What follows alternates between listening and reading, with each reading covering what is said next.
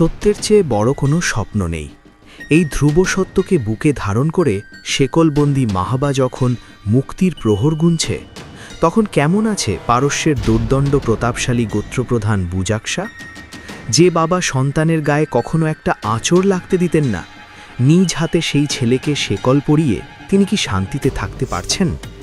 অন্যদিকে গভীর রাতে যখন গোটা ইস্পাহান নগরী ঘুমে আচ্ছন্ন, তখন একজোড়া হাত খুঁজছে মুক্তির পথ। আজ রাতের আধারেই কি ছিন্ন হবে সব মায়ার বাঁধন, নাকি শেকলের ভারে থমকে দাঁড়াবে কিশোর মাহবা? আসসালামু আলাইকুম। শুনছেন আরিফ আজাদের প্রথম ঐতিহাসিক উপন্যাস আজই হতে 1000 বছর আগের চতুর্থ পর্ব, ইকরা।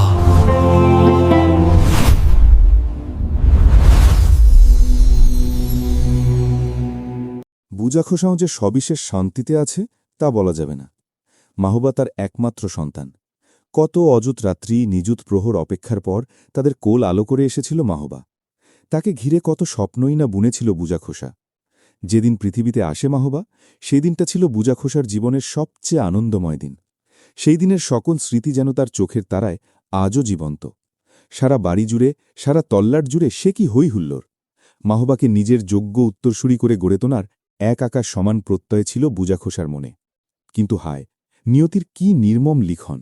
তার সেই সন্তান আজ এমন একটা পথ বেছে নিয়েছে যা বুজাখোসার 14 পুরুষের কেউ কোনোদিন মারায়নি। মাজুসী গোত্রপ্রধানের সন্তান আগুন পুজো ত্যাগ করেছে, এমন দৃশ্য কল্পনা করাও তো পাপ। বংশগৌরব, ধর্ম আর গোত্রপ্রথা একপাশে সরিয়ে রাখলেও বুজাখোসা বড় ভালোবাসে মাহবাকে। এত সারল্য আর সজীবতা মাহবার অবয়ব জুড়ে বুজাখোসা মাঝে মাঝে বিস্মিত হয়। মাহবাকে দেখলে মনে হয় যেন সাক্ষাৎ কোনো দেবশিশু সদ্যই স্বর্গের সিঁড়ি বেয়ে নেমে এসেছে ধুলোর পৃথিবীতে। তার এই নিষ্পাপ সন্তান, যাকে দেখলে দুনিয়ার সমস্ত তিক্ততা ভুলে যেতে ইচ্ছে করে, যার চেহারার প্রফুল্লতা দেহমনে এনে দেয় খুশির কল্লোল, কোন সে পাপের শাস্তিস্বরূপ আজ সে এতটা বিপদগামী? কি নিষ্ঠুর সময়ের বিচার! যে মাহবাকে চোখে হারাত বুজাখোসা, আজ সেই আদরের সন্তানের পায়ে শেকল পরিয়ে বন্দি করতে হয়েছে। সারা ঘরে পায়চারি করছে বুজাখোসা। মনের এই অস্থিরতা কাউকে বোঝানো যায় না, কাউকে দেখানো যায় না হৃদয়ের এই ঝড়ভানি। একদিকে প্রাণাধিক প্রিয় সন্তান, অন্যদিকে ধর্মের অনুশাসন। কোনটা বেছে নেবে বুজাখোসা? পিতৃত্ব না ধর্মযাজকের মহান দায়িত্ব? বুজাখোসার হঠাৎ মনে হল, মাহবার কিছু বন্ধুদের দিয়ে তার মনের অবস্থার যদি পরিবর্তন করা যায় তাহলে কেমন হয়। মাহবা খুব একটা বাইরে যেতে পারত না, কিন্তু মাজুসী গোত্রের অনেক উচ্চবর্গীয় পরিবারের সন্তানেরা বুজাখোসার বাসায় আসত। সাপ্তাহিক পুজোর দিনে বিভিন্ন আয়োজন আর অনুষ্ঠানে বাবা মার সাথে এক ঝাঁক ছোট ছোট ছেলেমেয়েতে ভরে উঠত বুজাখোসার উঠোন। মাহবা মনের আনন্দে খেলত তাদের সাথে। মাহবার সেই বন্ধুদের কেউ যদি তাকে বুঝিয়ে সুঝিয়ে নিজ ধর্মের পথে ফেরাতে পারে তাহলে মন্দ কি? মাহবার সাথে বেড়ে ওঠা মাজুসী গোত্রের কয়েক কিশোরকে বন্দি মাহবার কাছে যাওয়া আসার সুযোগ করে দেওয়া হল। যদিও কিশোর বয়স তাদের, তবে সম্পূর্ণ ধর্মীয় আবহ, অত্যন্ত নিবেদিত ধর্মপ্রাণ মাজুসী পরিবারে বড় হওয়াতে তাদের মাঝে ধর্মবোধ ছিল প্রবল। বুজাখোসার দৃঢ় বিশ্বাস মাহবাকে তারা বিচ্যুতির পথ থেকে ফেরাতে পারবে। বন্দিশালার মাঝে বন্ধুদের দেখতে পেয়ে অত্যন্ত খুশি হয় মাহবা। হাতে আকাশের চাঁদ ধরতে পারার মতো আনন্দ হল তার। বন্ধুরাও মাহবাকে পেয়ে যার পর নাই আনন্দিত। কতদিন পর এতগুলো বন্ধুকে একসাথে কাছে পেল মাহবা।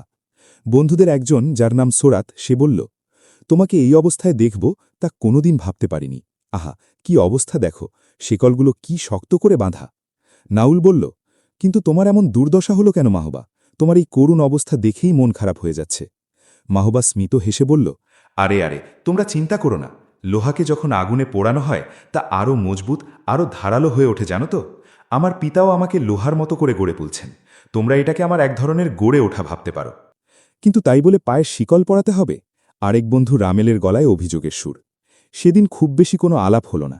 বন্ধুরা ফিরে যেতে উদ্যত হল এবং বলে গেল তারা শীঘ্রই আবার আসবে মাহবাকে দেখতে। মাহবা খুশি মনে তাদের বিদায় জানাল। বন্ধুরা চলে যাওয়ার কিছুক্ষণ পরে দরজার কাছে মাহবা কোনো কিছুর নড়াচড়ার শব্দ পেল। গলা টান করে সে বলল, কে ওখানে? একটু গলা খাকারি দিয়ে কেউ একজন বলল, আমি। কণ্ঠটা পরিচিত বলে মনে হল মাহবার, কিন্তু ঠিক চিনে উঠতে পারল না। ভেতরে আসুন। ভেতরে আসার পর মাহবা দেখল এই যে তারই বন্ধু কাইসার। কাইসারের সাথেই মাহবা বেশি মিশত। দুজনের বয়স প্রায় কাছাকাছি। তাছাড়া কাইসারকে ভালো লাগার অন্যতম কারণ হল তার সরলতা। ছেলেটা এত সুন্দর করে কথা বলে যে মন গলে যায়। ও কাইসার, তুমি? হ্যাঁ, তোমাকে দেখতে এলাম। ধন্যবাদ। নাউল, সোরাত আর রামেলরা এইমাত্র গেল। বাইরে হয়তো তোমার সাথে দেখাও হয়ে থাকতে পারে। তাদের সাক্ষাৎ পেয়েছি। একসাথেই এলে পারতে। তা পারতাম, কিন্তু মাহবা কৌতূহলী দৃষ্টিতে তাকালো কাইসারের দিকে। কাইসার যেন কিছু বলতে চায় মাহবাকে। এখানটায় বসো। খাটের একটা জায়গা কাইসারকে দেখিয়ে দিয়ে মাহবা বলল, তোমাকে একটু বিচলিত দেখাচ্ছে কাইসার। তুমি কি বিশেষ কোনো প্রয়োজনে এসেছ? কাইসার মাহবার হাত ধরে ফেলল। একটু ঘাবড়ে গেল মাহবা। কাইসার বলল, মাহবা, আমি তোমার ব্যাপারটা সম্পূর্ণ জেনেছি। মাজুসী ধর্মের আগুন পুজো থেকে যে তুমি আস্থা হারিয়েছ এবং বিনদেশী এক ধর্মে দীক্ষিত হতে চাইছ, এ সবটাই আমার জানা। এসব তোমাকে কে বলেছে কাইসার? তোমার পিতা মাহামতি বুজা খোসা। মাহবা বিস্মিত হল। তার বাবার তো এসব ব্যাপার কাইসারের মতো অতিশয় এক কিশোরের কাছে গিয়ে বলার কথা নয়। আর তাছাড়া ঘটনাটা জানতে পেরে কাইসারই বা হন্তধন্ত হয়ে তার কাছে ছুটে আসবে কেন? বাবা তোমায় আর কি বলেছেন?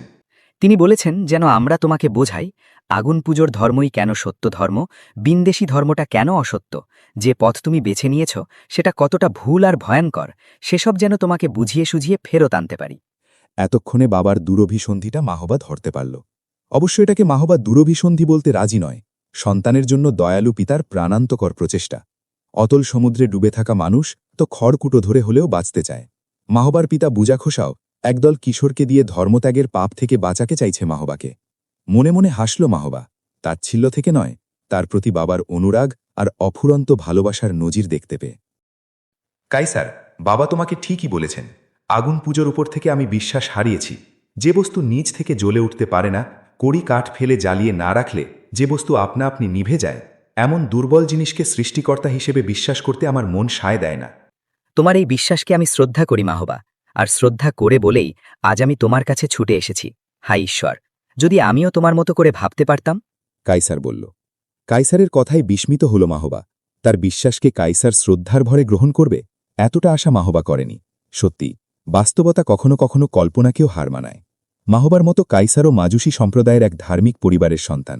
যে ধর্মীয় বিধিবিধান, আবহ আর পরিবেশের মাঝে বড় হয়েছে মাহবা, কাইসারও সেই একই পরিবেশে বেড়ে উঠেছে। সেই কাইসার কিনা মাহবার ধর্মত্যাগের ঘটনাকে শ্রদ্ধার চোখে দেখছে। মাহবার কান যেন ঠিক বিশ্বাস করতে চায় না। কাইসার বলে উঠল, মাহবা, আমাকে দায়িত্ব দেওয়া হয়েছে তোমার উপকার করার। সত্যি বলতে আমি তোমার উপকারই করতে চাই। কৌতূহলী দৃষ্টিতে মাহবা তাকালো কাইসারের দিকে। কাইসার পুনরায় বলল, মাহবা, তুমি নিশ্চয়ই ভাবছ যে আমি হয়তো কোনো অভিসন্ধি থেকে তোমার কাছে বৃদ্ধের সন্ধান চাইছি। এমন ভাবনা তোমার মনে উদয় হওয়া খুব স্বাভাবিক। তোমার জায়গায় যদি আজ আমি থাকতাম, আমিও হয়তোবা এমন করেই ভাবতাম। তবে নিজের সততা আর সত্যবাদিতার দোহাই দিয়ে বলছি, তুমি আমাকে বিশ্বাস করতে পারো। তোমার উপকারের নিয়তেই আমি এখানে ছুটে এসেছি। কাইসারের অনুনয় মাহবাকে কিছুটা অস্বস্ত করল। কাউকে না কাউকে তো ভরসা করতেই হবে, অন্যথায় এই বন্দিদশা থেকে মুক্তি কিভাবে মিলবে তার? আর তাছাড়া কাইসার এমন এক কিশোর যার মধ্যে একজন সত্যিকার ভালো মানুষের সব রকমের গুণাবলী বিদ্যমান। সুতরাং কাইসারকে ভরসা করা যায়। বলতে লাগল মাহবা, তোমার এই বদান্যতায় আমি যার পর নাই খুশি হয়েছি। এই বন্দি দশা থেকে আমাকে মুক্ত করতে তোমার অভিপ্রায় আমাকে মুগ্ধ করেছে। আমি সবসময় তোমার এই উপকারের কথা স্মরণে রাখব। কাইসারের মুখেও হাসি ফুটল। মাহবা তাকে ভরসা করে দেখে তার যেন আনন্দের কোনো সীমা নিল না। মাহবা, এটা আমার বদান্যতা নয়, বরং দায়িত্ব। বন্ধুর প্রতি বন্ধুর দায়িত্ব। এখন বলো, তোমার বন্দিদশার সংবাদ কি আমি কাবিলার সেই সন্ন্যাসীর কাছে পৌঁছাবো? তিনি কি তোমার কোনো উপকার করতে পারবেন? হ্যাঁ, তিনি আমাকে বলেছিলেন সামদেশ থেকে প্রায়ই ব্যবসায়ী কাফেলা আসে। এই অঞ্চলে এলে তারা কাবিলার সেই দানানের অতিথিশালায় আশ্রয় গ্রহণ করে। আমি যদি তাদের ধর্মে দীক্ষিত হতে চাই, তাহলে আমাকে সামদেশে পাড়ি জমাতে হবে। সেই ব্যবসায়ী কাফেলার সাথে সামদেশে যাওয়ার একটা বন্দোবস্ত তারা করে দিতে পারবেন বলেছেন। কাইসার বলল, তা বেশ, এখন আমাকে বৃদ্ধের সন্ধানটা দাও। আমি তার কাছে তোমার সংবাদ নিয়ে কালই রওনা করি। মাহবা কাইসারকে বৃদ্ধের ঠিকানাটা বুঝিয়ে বলল। কিভাবে সেখানে যেতে হবে, কোন কোন পথ ধরে এগোতে হবে, সবটাই খুব সুন্দর মতো বুঝে নিল কাইসার। তাকে বিদায় বেলায় বলে গেল, চিন্তা করো না মাহবা, ঈশ্বর নিশ্চয়ই তোমাকে সঠিক রাস্তা দেখাবেন। কাইসার এত দ্রুত ফিরে আসবে তাও এমন একটা সংবাদ নিয়ে মাহবা তা কল্পনাও করতে পারেনি। একদিন ভর দুপুরে দরজায় টুক করে আওয়াজ হলো। মাহবা বুঝল যে কেউ আসতে চাচ্ছে তার কাছে। সে প্রবেশের অনুমতি দেওয়া মাত্র তার সামনে কাইসার এসে দাঁড়াল। কাইসার, তুমি এসেছো? হ্যাঁ, কেমন আছো?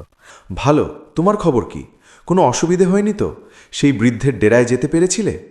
গলার স্বর নিচু করে কাইসার বলল, সবকিছু বলছি, দাঁড়াও। তার আগে দরজাটা ভিড়িয়ে আসি, কেউ যাতে কোনো কিছু শুনতে না পায়। দরজা লাগিয়ে কাইসার এসে মাহবার পাশে বসল। তার চেহারায় উজ্জ্বল ভাবটা প্রকট হয়েছে।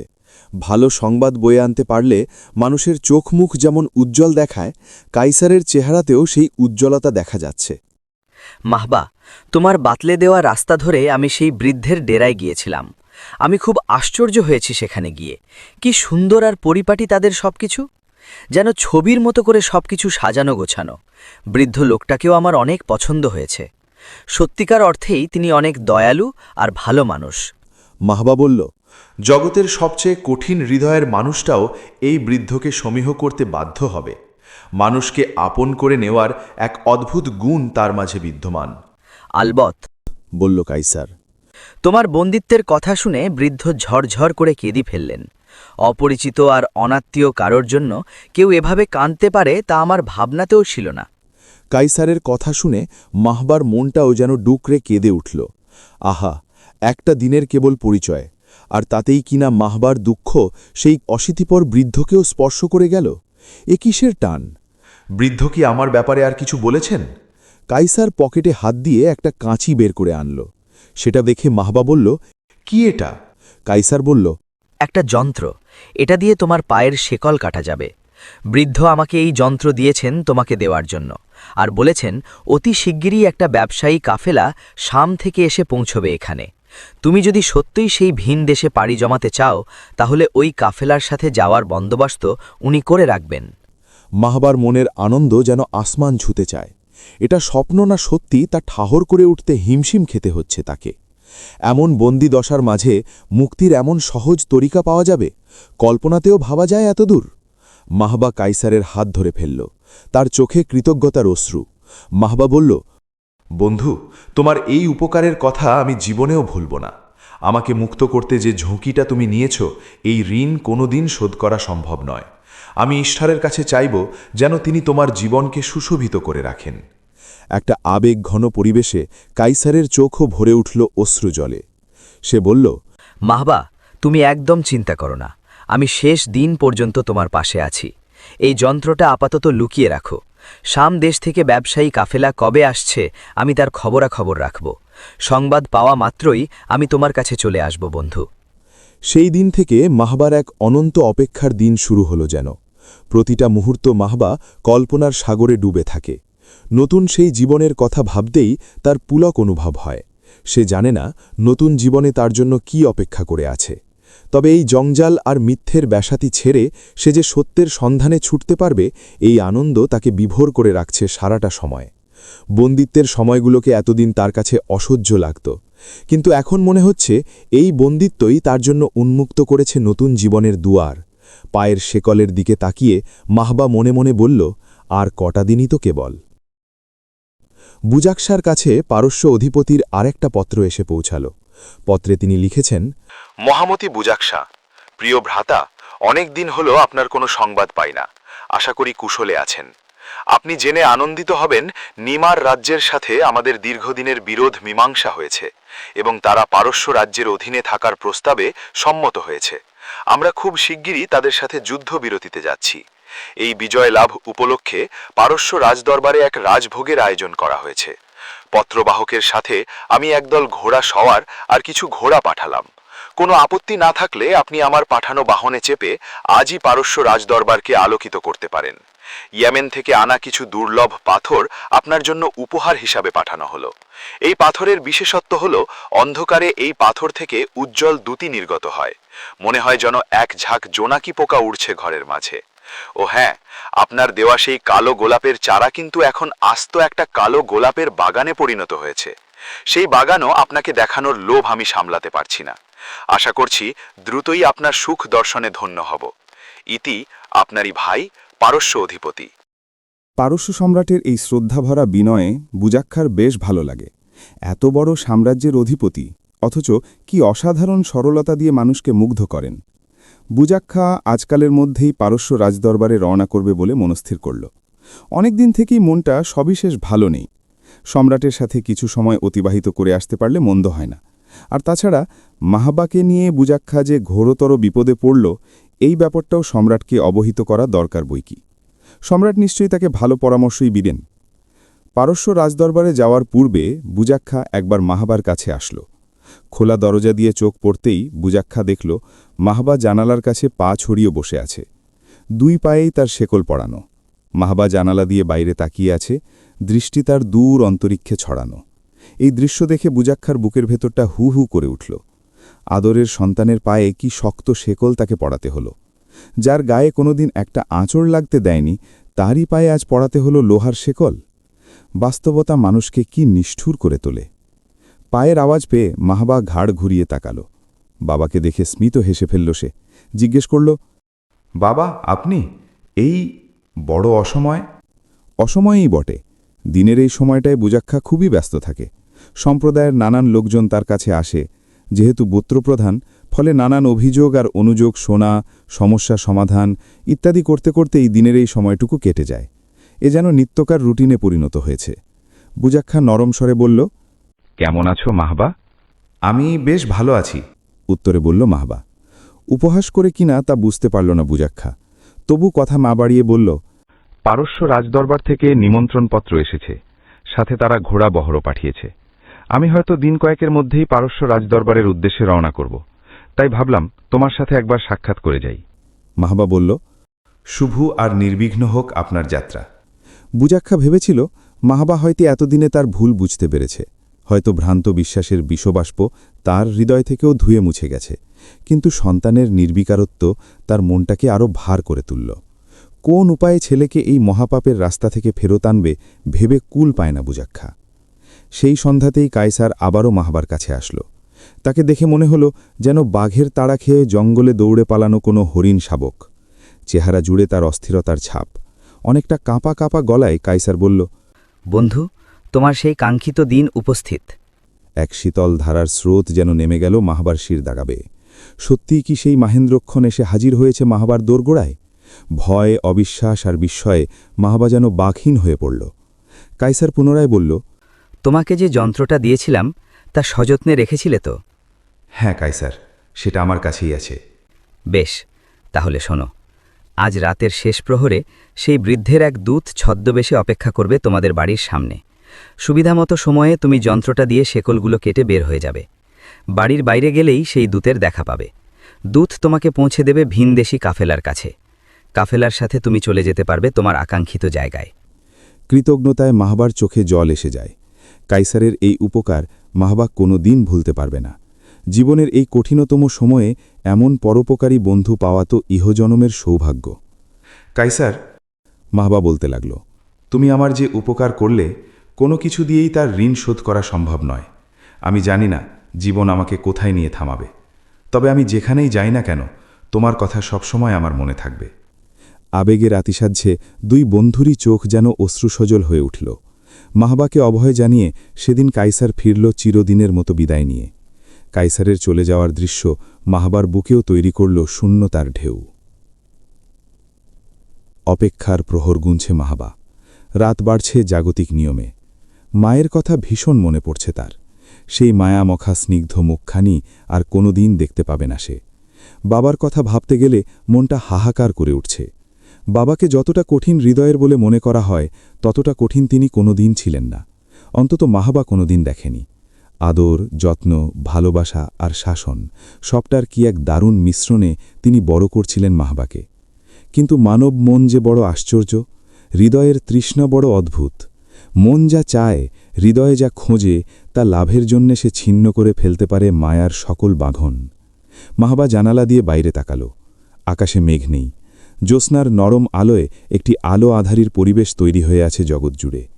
দূরের আকাশে মিটিমিটি করে জ্বলছে একটি তারা। সেই তারাটিকে মাহবার বড় আপন বলে মনে হল। সেই তারাটিও যেন তার মতোই, ভালোবাসায় দেষ্টিত, তবু ভীষণ একা। ছোটবেলার স্মৃতিগুলো যেন হুড়মুড় করে ভিড় জমায় মনের ক্যানভাসে। আগুনের মণ্ডপের পাশে তার বেড়ে ওঠার সেই দিনগুলো যেন ধোঁয়ার মতো পাক খেতে খেতে হারিয়ে যাচ্ছে অসীম আকাশে। মাহবার মনে পড়ে, রোজ যখন গোধূলি নামত, মা তার মাথায় তেল দিয়ে দিতেন নিয়ম করে। চৌকাঠে ধূপের ধোঁয়া এসে জড়িয়ে যেত মায়ের চুলে। পুজোর ঘর থেকে ভেসে আসত বাবার কণ্ঠস্বর।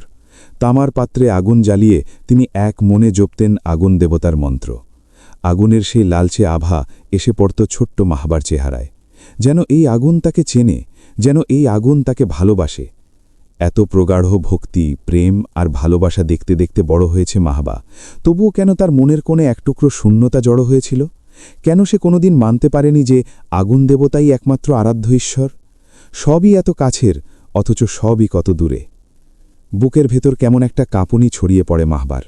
ভয়ে নাকি সত্যের সন্ধানে বেরিয়ে পড়ার তাড়না, মাহবা বুঝতে পারে না।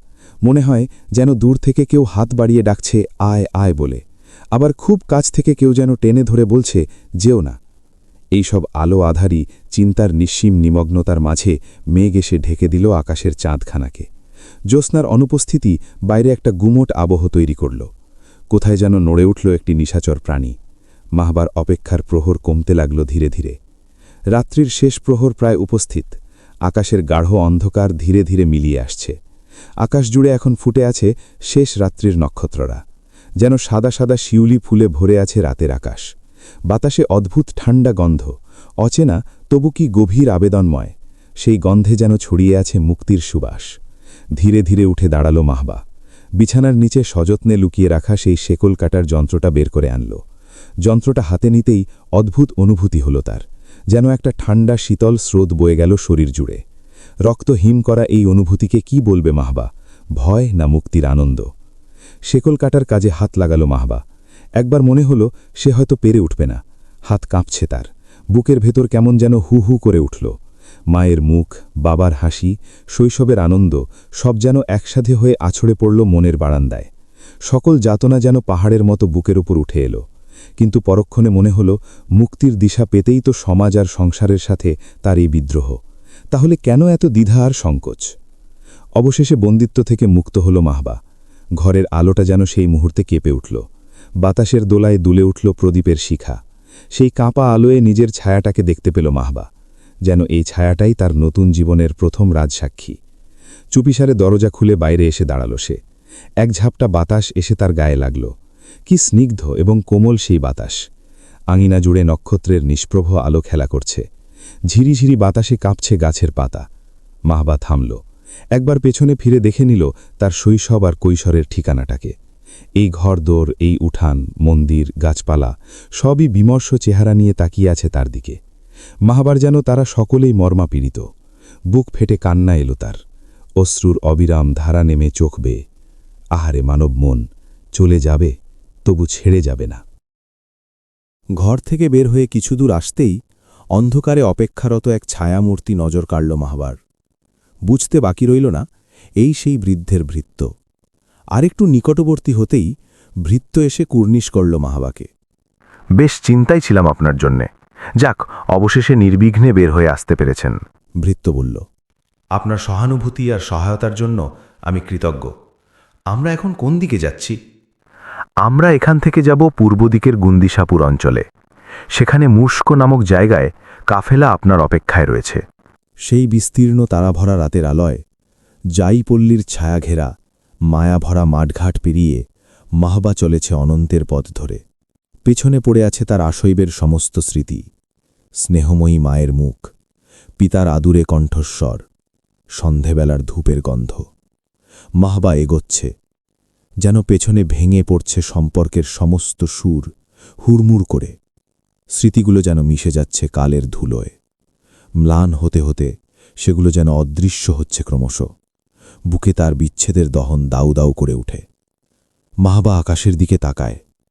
এই অচেনা অজানা নিরুদ্দেশ যাত্রায় অন্তরিক্ষের এই বিশালতাই কেবল মাহবার একমাত্র আশ্রয়। তারা যখন মুস্কো এসে পৌঁছাল, তখন ভোরের আলো ফুটতে শুরু করেছে। পাখিদের কলরবে মুখরিত চারপাশ। পথের বালুকণা চিকচিক করছে শিশিরের স্পর্শে। খেজুর পাতার ডগায় যেন মুক্ত দানার মতো ঝুলে আছে ভোরের আলো। আর অদূরে দাঁড়িয়ে আছে একটা অস্পষ্ট কাফেলা। কাফেলার নিকটবর্তী হতেই মাহবা আশ্চর্য হল। কবিলার সেই অশীতিপর বৃদ্ধ দাঁড়িয়ে আছেন সকলের মধ্যমণি হয়ে। বৃদ্ধের সাথে আরও একবার দেখা হবে এটা মাহবা কল্পনাও করেনি। আলতো হেসে বৃদ্ধ বললেন, ভোরের শুভেচ্ছা মাহবা। সর্বশক্তিমান ঈশ্বর তোমার মঙ্গল করুন। বিস্ময় বিভবলতায় মাহবা বুঝতে পারল না ঠিক কি করবে। তার যেন গলা ধরে এলো। মাহবার মনের অবস্থা আজ করতে পারলেন বৃদ্ধ। তার প্ররোচনাতেই আজ মাহবা গৃহত্যাগী। তার কথার উপর ভরসা আর বিশ্বাস করেই আজ সে ছেড়ে এসেছে বাবা মা, ঘর বাড়ি, পরিবার পরিজন। সংসার ত্যাগের এই নবজীবনের সূচনা বিন্দুতে আজ বৃদ্ধই মাহাবার একমাত্র অভিভাবক। ভিড় ঠেলে এসে মাহাবাকে বুকে জড়িয়ে নিলেন বৃদ্ধ। তারপর কোন সে অকুল পাথারের জল এসে আছড়ে পড়ল মাহাবার চোখে, তা অনির্ণেয়। অশ্রুতে ভেসে গেল মাহাবার বুক। ফুপিয়ে ফুপিয়ে কাঁদতে লাগল সে। বৃদ্ধেরও চোখ ভরে এলো অশ্রুজলে। এই দৃশ্য কাঁদিয়ে গেল সেই ভৃত্য আর কাফেলার অন্যদেরও। মুহূর্তটা স্থির হয়ে থেমে রইল সময়ের বুকের উপর। এদিকে ভোর নামল জাইপল্লীর উঠোনেও। সেই চিরাচরিত আলো ঝলমলে ফুল ফোটা, পাতা ঝরা, পাখি ডাকা ভোর। নিত্যদিনের মতো ভোরের পুজো স্বার্থে বুঝাকসা হেঁটে যাচ্ছিল মণ্ডপের দিকে। যাওয়ার পথে চোখে পড়ল একটা দৃশ্য। মাহাবাকে যে ঘরে আটকে রাখা হয়েছিল, সেই ঘরটার দরজা খোলা। ব্যাপারটা হয়তো স্বাভাবিকই, কিন্তু বুঝাকসার বুকে কেমন একটা মোচড় দিয়ে উঠল। এই অস্বস্তি নিয়ে পুজো করা যায় না। মণ্ডপের দিকে না গিয়ে বুঝাকসা হঠাৎ ধরল সেই বন্দিশালার দিকেই। এই দৃশ্য দেখতে হবে এমনটা কল্পনাও করেনি বুঝাকসা। চোখের সামনে পড়ে আছে ছিন্ন ভিন্ন শেকল, জানালা দরজা খোলা, ঘরে নেই মাহবা। বুঝাকসার মনে হল পারস্য রাজ্যের সমস্ত পাথুরে পাহাড় যেন ভেঙে পড়ছে তার বুকের উপর, যেন 7 আসমান একে একে ভেঙে পড়ছে জাইপল্লীর উঠোনে। সমস্ত স্বপ্ন, সমস্ত ইচ্ছেরা এভাবে দুঃস্বপ্নে রূপ নেবে, এমনটা কি হওয়ার কথা ছিল? বৃদ্ধ হাত ধরে আছে মাহাবার, যেন তিনি মাহাবার পরম কোনো অভিভাবক, যেন মাহাবা তার জনম জনমের পরিচিত। ভরসার এত শীতল স্পর্শ মাহাবা শেষ কবে পেয়েছিল খেয়াল করতে পারে না। এক হাতে মাহাবার দিকে একটা ছোট্ট থলে এগিয়ে দিয়ে বৃদ্ধ বলল, মাহবা, ছেলে আমার, এই থলেটা তোমাকে দিচ্ছি। এতে কিছু শুকনো খাবার আছে, যা পথে তোমার কাজে লাগবে। কিছু মুদ্রাও রয়েছে, সেগুলোকে সযত্নে রাখবে। যে পথের উদ্দেশ্যে তুমি বেরোচ্ছ তা এক অনির্ণেয় গন্তব্য। আমরা কেউই জানি না এই গন্তব্য কোথায় গিয়ে ফুরবে। আমার আশীষ রইল তোমার প্রতি। সৃষ্টিকর্তা যেন তোমাকে তোমার আকাঙ্ক্ষিত গন্তব্যে পৌঁছে দেন। বৃদ্ধের এগিয়ে দেওয়া থলেটা মাহবা গ্রহণ করল। চোখ তার অশ্রু জলে ভেজা। বৃদ্ধ তার চোখ মুছে দিতে দিতে বলল, একটা কথা মনে রেখো মাহবা, সত্যের সন্ধান লাভের চাইতে বড় আনন্দ পৃথিবীতে আর কিছু হয় না। তোমার আজকের বেদনার অশ্রু আনন্দের অশ্রুতে পরিণত হোক। কায় মনোবাক্যে এই আমার প্রার্থনা। অবশেষে উপস্থিত হল বিদায়ের লগ্ন। মাহবাকে ছেড়ে যেতে হবে তার চিরপরিচিত মাতৃভূমি। ভোরের রোদ তেতে উঠছে। শিশিরের কণাগুলো দ্রুত রোদে মিলিয়ে যাচ্ছে। সফরযাত্রা আরম্ভ করতে কাফেলাও উন্মুখ। মাহবা একবার পেছন ফিরে তাকাল। আদিগন্ত বিস্তৃত আকাশ। শিশুর খেলনার মতো ছড়িয়ে আছে ধুধুতে পান্তর। দূরে দূরে গাছপালার সারি। মাহবার চোখের জল গড়িয়ে পড়ে মাটিতে মিশে গেল সহসাই।